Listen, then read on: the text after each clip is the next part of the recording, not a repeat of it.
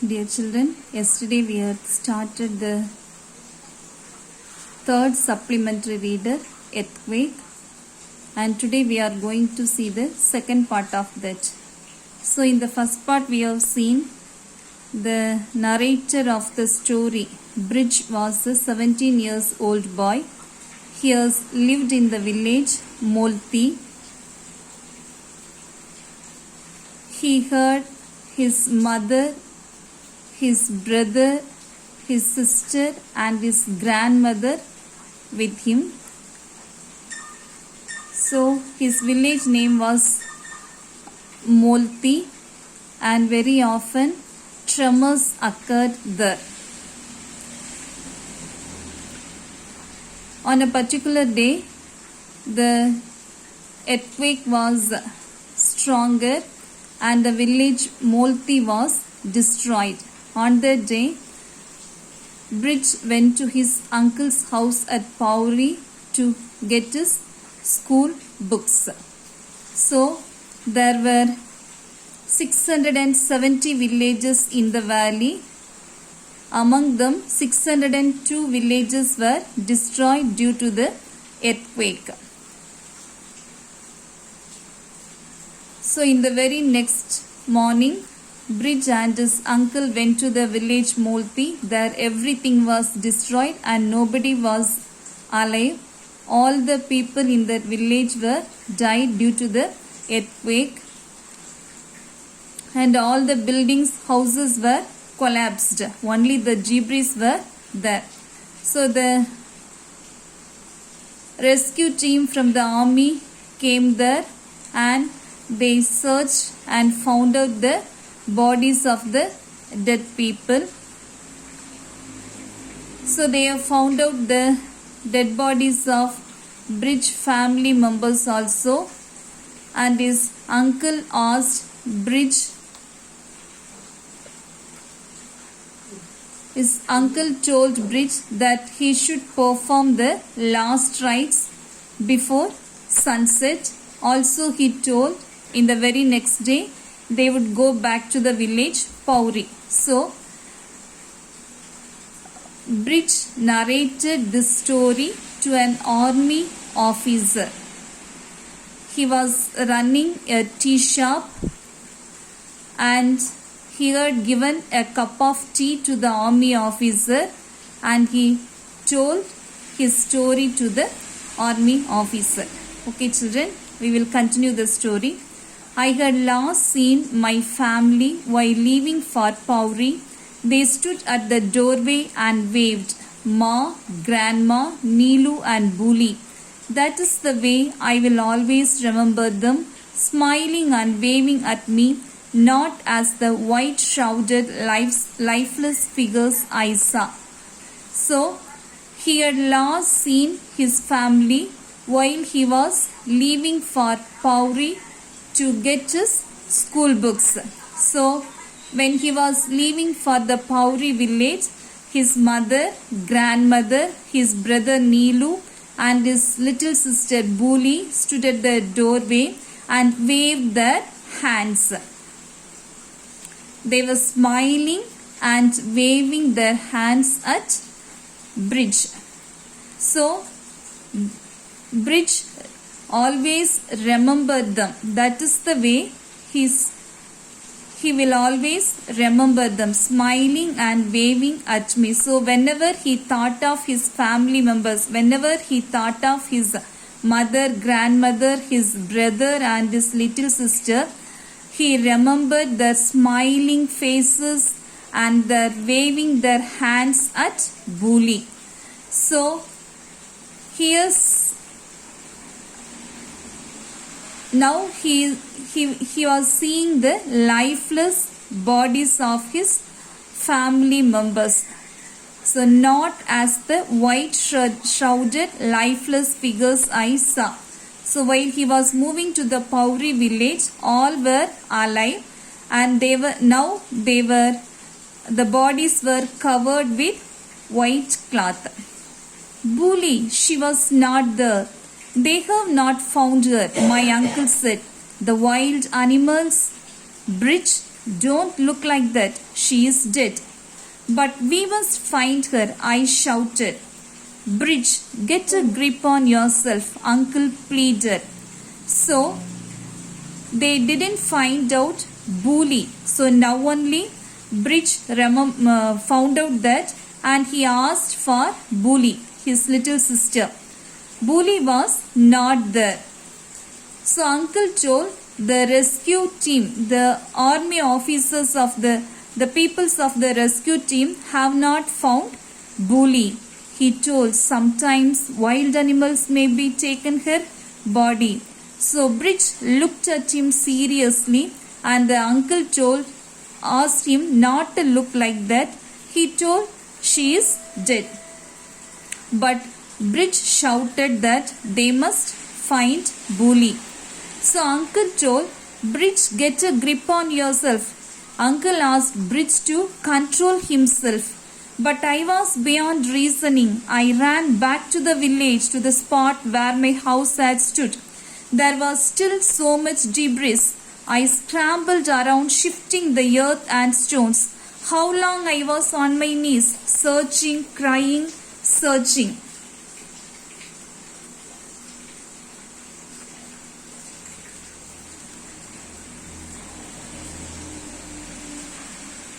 So, Bridge was not able to think properly. He was beyond reasoning. So he ran back to his village Molti, and he ran to the place where his house had stood. So in that place there was still so much debris.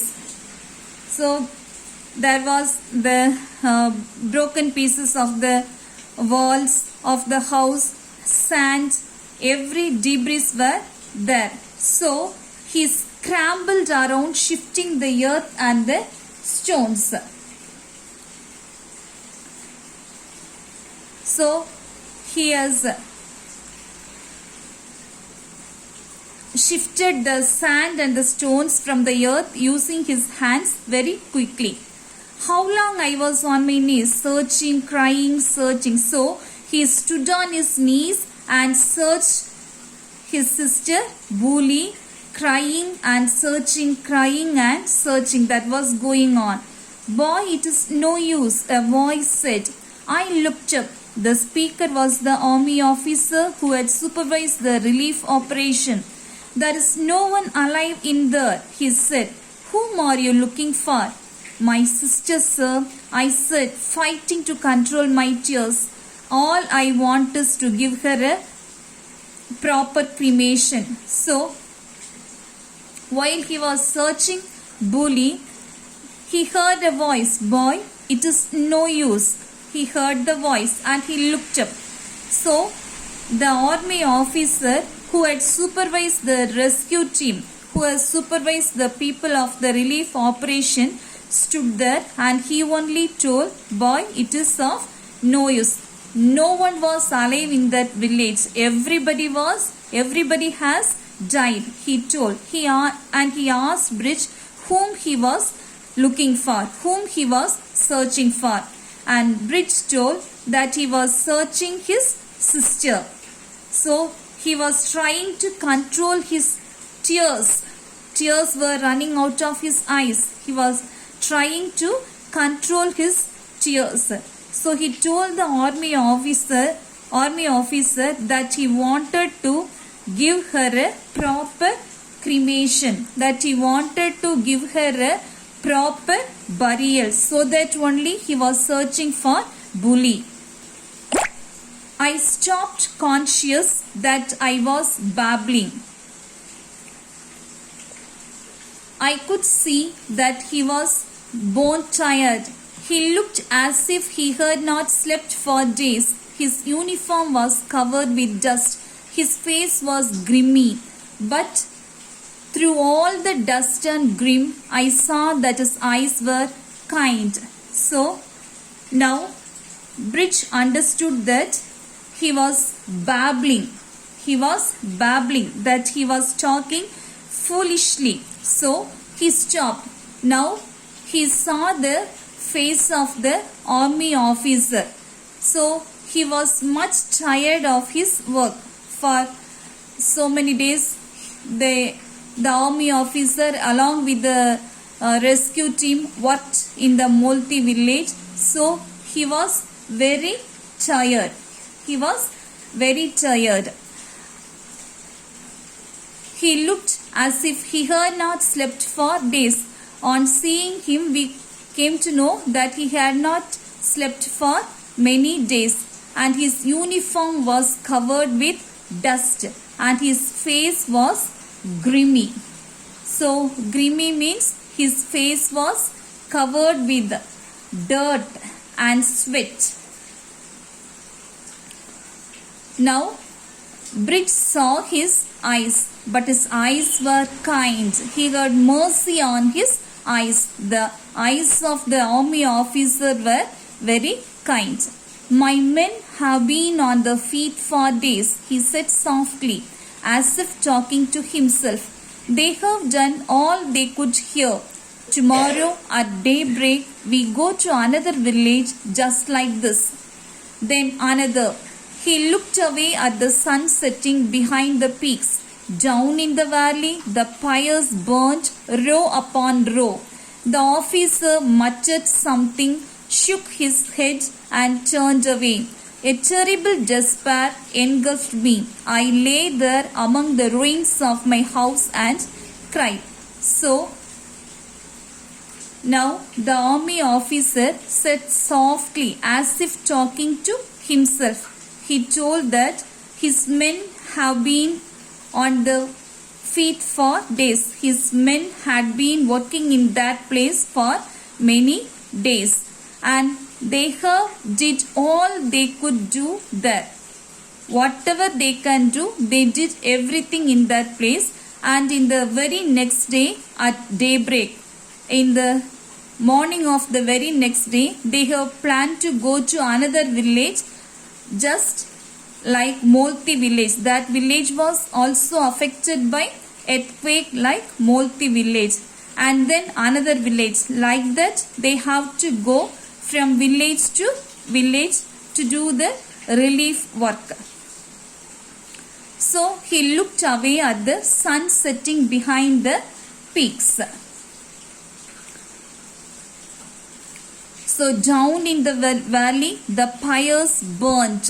So in the foot of the valley, that is down in the valley, the pyres, a heap of burnable material for burning a corpse as part of a funeral ceremony.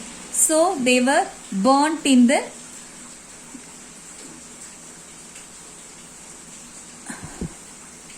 foot of the valley.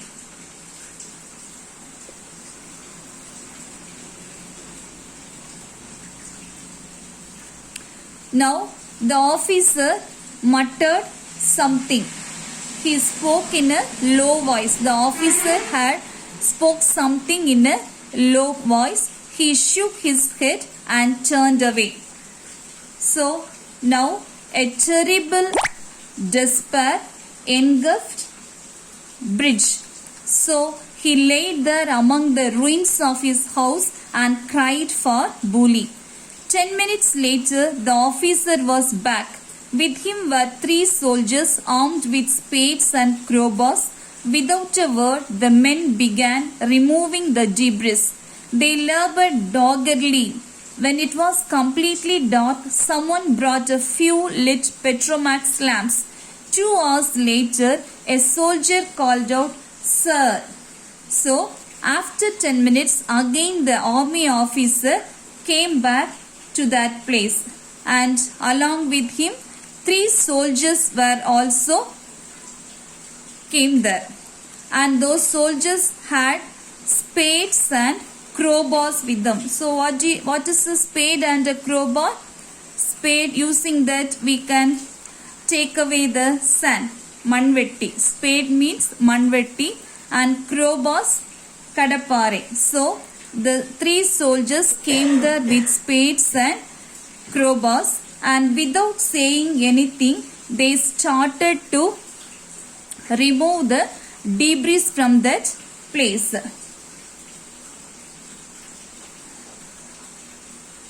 So they have removed the debris without taking any rest. Continuously they did the work. Then it became dark. So it was completely dark, and someone has brought a Petromax lamp there. A fuel-lit Petromax lamp. Someone has brought a fuel-lit Petromax lamp. And after 2 hours, a soldier called out, "Sir." So he stood in the middle of a small hollow. The wall had caved in at that spot. I recognized a part of a door, beneath it a small foot. So the soldier who called "Sir," that soldier stood in the middle of the hollow, in the middle of a small hollow, and at that place only the wall of the house had collapsed and fallen down. So now Bridge recognized a part of the door of his house, and beneath the door there was a small foot. So that may be the foot of Bully. Feverishly the soldiers began to clear the hollow. Then they lifted the door. "She is alive," someone said.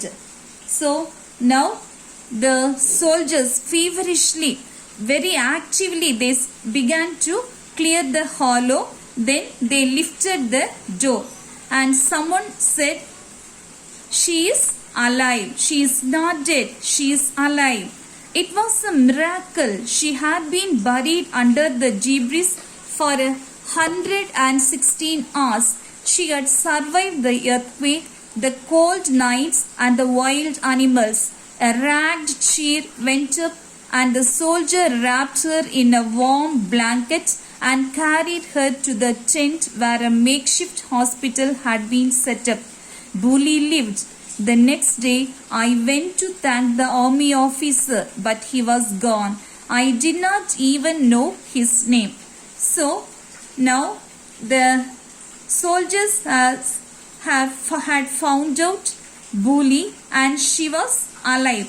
So it was a miracle. For nearly 4.5 days she had been buried under the debris.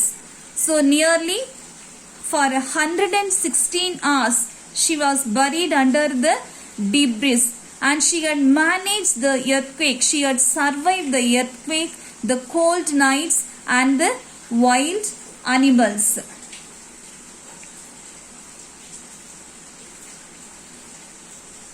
So a rag cheer went up. So the soldiers made a shout of joy, and the soldiers covered her in a warm blanket, and they had carried her to the makeshift tent. I carried her to a tent. In that tent they had arranged a makeshift hospital. So they had taken Bully to that makeshift hospital, and she was given treatment, and she lived. So in the very next day, Bridge went to thank the army officer, but he was gone. He was not there, and Bridge did not even know the name of the army officer. My sister and I went on to live with my uncle. Soon after, I got a job at a dhaba near Panipat. Bully stayed back. She started going to school. It waited on me that I never thanked that army officer. I hoped that one day I would run into him again. Every time I saw an army man, I would hope it was him. For months I would search for his face in every crowd, and one day I did find him. So now after that, Bridge and his sister Bully went to live with this uncle at Pauri. So after that, Bridge got a job at a dhaba. Dhaba means a roadside restaurant. So Bridge got a job at a roadside restaurant near Panipat, and Bully started to go to school. So whenever Bridge thought of the army officer, he heard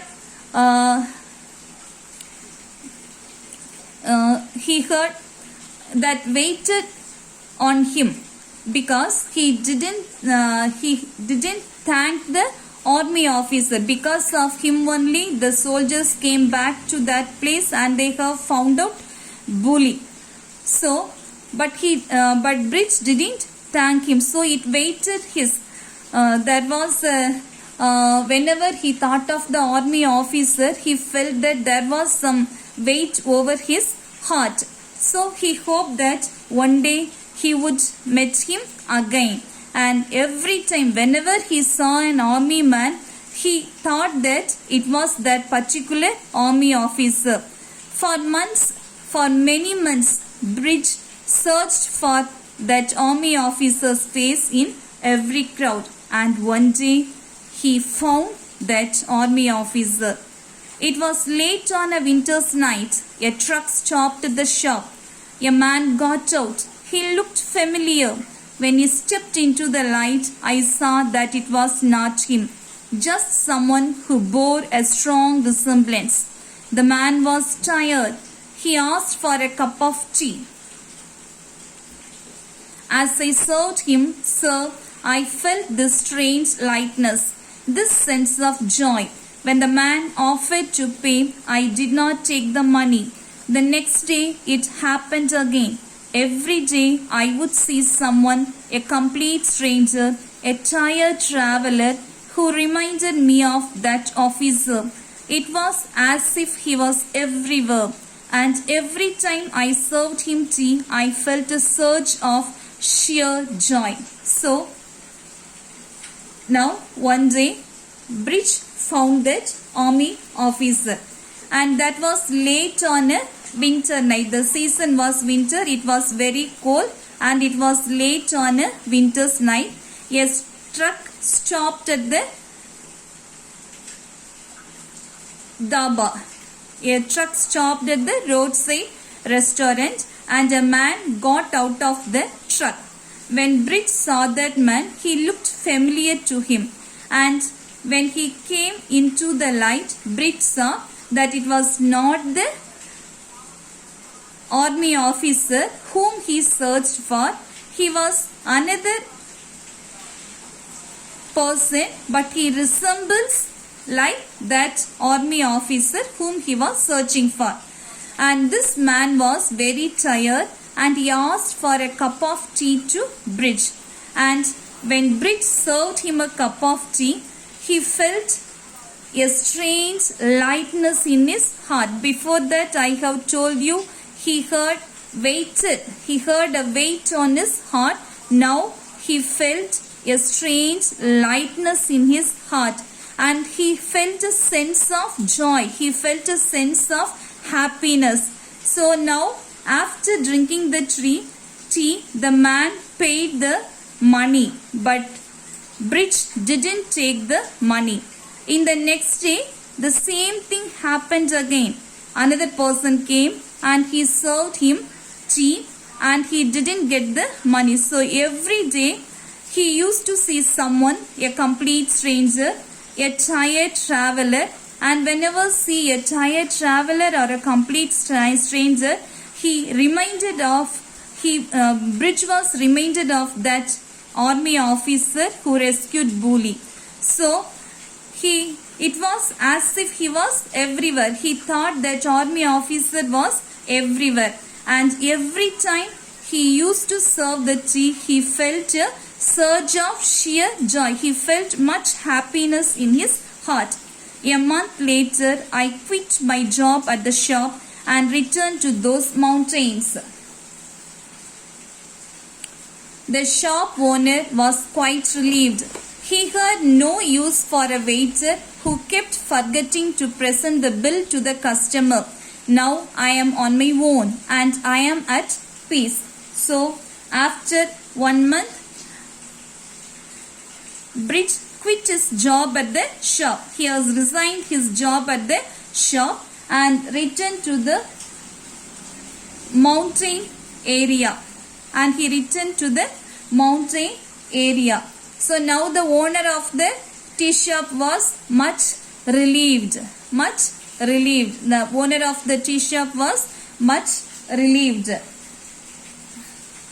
So he had no use of a waiter who had forget to get money for the tea from the customer. So Bridge, whenever he used to saw a stranger or a tired traveler, he used to serve him a tea, but he didn't get the money. So it was a waste for the owner of the shop. So now Bridge was on his own way, and he had peace in his mind. He had peace in his mind. He ran his own tea shop. Now he was running his own tea shop, and he had peace in his mind.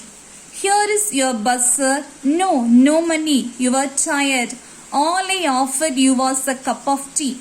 Maybe it was the best tea in all Garhwal. Maybe not. But I am happy I could do you this small service. Wish you a safe journey, sir. May God be with you. So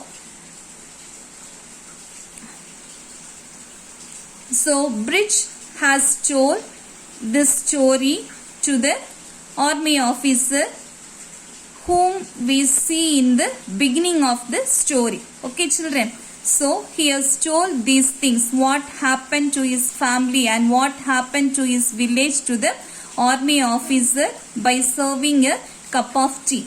Now he saw the bus, and Bridge told the officer that was his bus, and the officer paid the money, but he didn't get the money. He told that he was very tired, and he offered a cup of tea only. Maybe it was the best tea in Garhwal, or it may not be the best tea, but anyway Bridge was very happy. He could do the small service to the army officer. So he felt happy on giving a cup of tea to the tired army officer, and he wished him a safe journey, and he told that may God be with you, sir. May God's blessing be with you, sir.